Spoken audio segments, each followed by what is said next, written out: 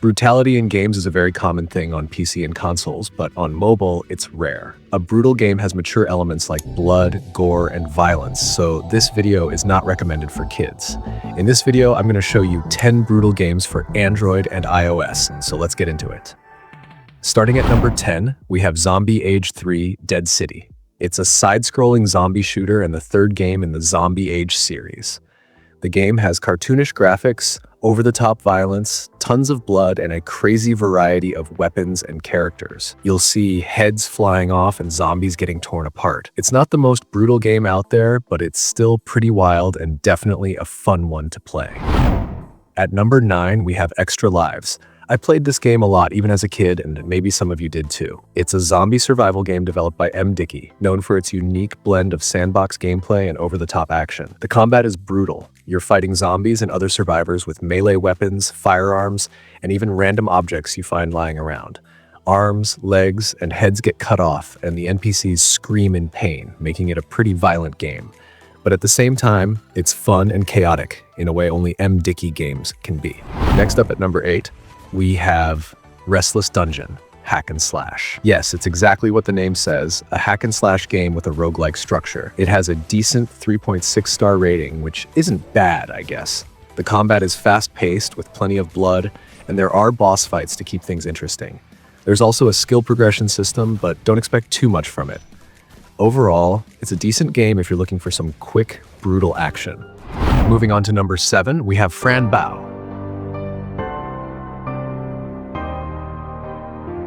This is a point-and-click adventure game that follows the story of a young girl named Fran, who witnesses the brutal murder of her parents.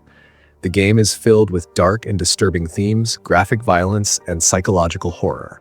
It doesn't hold back on blood and gore, especially in Fran's hallucinations. You'll see dismembered bodies, self-harm, and other disturbing imagery. Overall, it's a solid game, especially for fans of point-and-click psychological horror. Next up at number 6, we have Short Life. This game is basically Happy Wheels, but without the wheels. This time, it's just you and your legs. Your goal is simple. Choose your hero and reach the finish line without losing your head. Easier said than done, though, because the game is packed with deadly traps waiting to rip you apart. Spikes, swinging axes, explosives. There are 60 levels to survive. That's pretty much it. All right, next up at number 5, we have Bloody Bastards.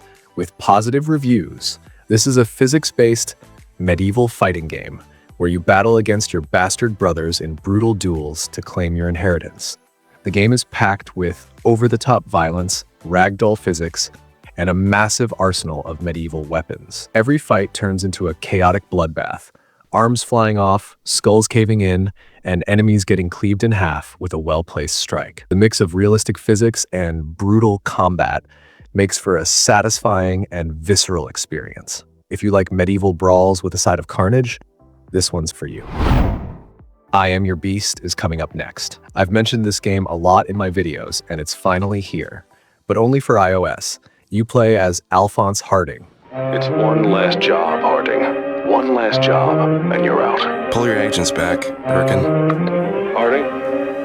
Harding! A retired secret agent who just wants peace until his old employers blow up his house. Now he's on a brutal revenge spree. The game delivers lightning-fast action with stylish, over-the-top violence. Expect blood, head explosions, and brutal takedowns. It also encourages creative kills. Disarm enemies, set traps, or use the environment to your advantage. And if you love stealth, this game nails that he's-in-the-walls fantasy. You can climb trees, use tunnels, and make enemies feel truly hunted. The violence is intense, but has a comic book style, making it brutal and stylish at the same time. At number 3, we have Happy Wheels. Oh, damn it. When we talk about brutal games, we cannot forget this masterpiece. One of the most iconic games for me. It's a side-scrolling, physics-based obstacle course game with over 1 billion plays online. You take control of a completely unprepared racer and push forward no matter the consequences. Each character has their own unique vehicle, but let's be real, you're mostly here for the brutal deaths, all mixed with a dark sense of humor. It's brutal, ridiculous, and just straight up fun. All right, at number 2, we have Blasphemous.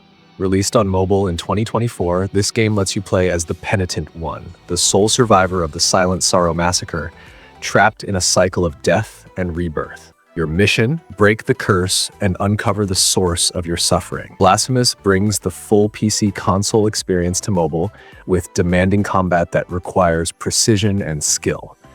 Enemies are relentless and boss fights are brutal tests of endurance. Expect graphic violence with gruesome executions and grotesque enemies that add to the game's dark, horror-filled atmosphere. The unsettling imagery and disturbing themes make it a true psychological horror experience, earning its mature 17+ rating. So finally, at number 1, we have Mortal Kombat. One of the most popular fighting games out there, and while the PC version is insanely brutal, the mobile version still delivers plenty of violence. The game features brutalities, short but savage finishing moves that add to the carnage. The X-ray feature takes things even further, showing bones shattering and organs getting wrecked in slow motion. With intense blood, gore, and violent combat, it's no surprise that Mortal Kombat Mobile is rated M for mature. Definitely not for kids. So, that's it for this video. If you enjoyed it, consider subscribing and liking.